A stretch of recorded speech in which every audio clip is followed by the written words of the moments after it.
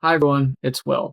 Now in today's video, I'm starting with a story from Trevor Moawad, who was a mental performance coach and discussed the power of belief. Now before we get into that story, quick note, as someone who is 24 years old, I think one of the biggest challenges for a lot of people in this stage of life is trying to navigate everything on their own and having people around you who push you to stay consistent, think bigger, and continue growing can make a huge difference, especially during periods of uncertainty or transition. And that is a big reason why communities like our Mentorship Skool community can be so valuable. So if you're looking for more accountability, more support, and a group focused on career growth, relationships, and personal development, you can check it out in my bio. Now, back to the topic. Trevor Moawad, he brought up the story of a struggling high school student who wasn't showing up to class and was failing out of school.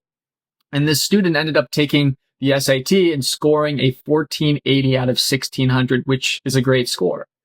And when he received his results, he began to look at himself differently. He saw that he was intelligent, and he thought that he should start applying himself in school and becoming the person that reflected that score.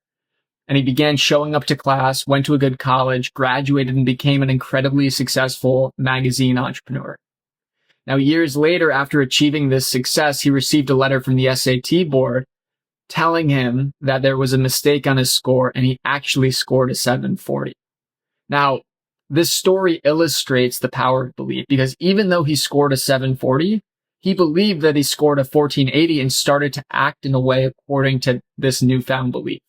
And because of that, his life transformed. And even though the score turned out to be false, that didn't take away the fact that he became a very successful individual because of his changed belief. And this speaks to how much belief drives us in our own life. We could spend a lot of time telling negative stories that aren't true about ourselves, which can get in the way of our success. But what I'm learning is just how we can tell ourselves negative stories about us that aren't true. What's stopping us from telling positive stories that might not be true just yet, but can become true in the future? And one way in which I have been taught to do this is through creating a vision statement. And this is from the book Think and Grow Rich by Napoleon Hill. My dad always emphasizes this. And it's essentially what you do is create a statement at a particular point in time. Maybe it's December 31st, 2026. And you say, it is December 31st, 2026. And then you say what you've accomplished by that point. You don't say, I want to accomplish this by that day and time. You act as if it already has happened. And the interesting thing is that over time, when you rehearse it enough and you might say it in the morning and then you say it again at night, you start to see some of those same things that you wrote down start to come true.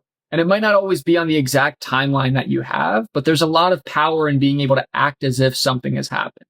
Because we can spend so much time convincing ourselves a false narrative that isn't serving us, when we can focus on creating an empowering narrative that helps us dream and moves us towards our goals. So as we wrap up this video, as mentioned earlier, your 20s can feel exciting, confusing, overwhelming, and uncertain all at the same time.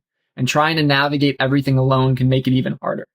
So if you're looking for more accountability, more support in a group of people focused on growing in areas like career, relationships, and personal development, check out the Mentorship Skool community built around the Kindling program in the description below. So thanks again, everybody, and I will see you next time.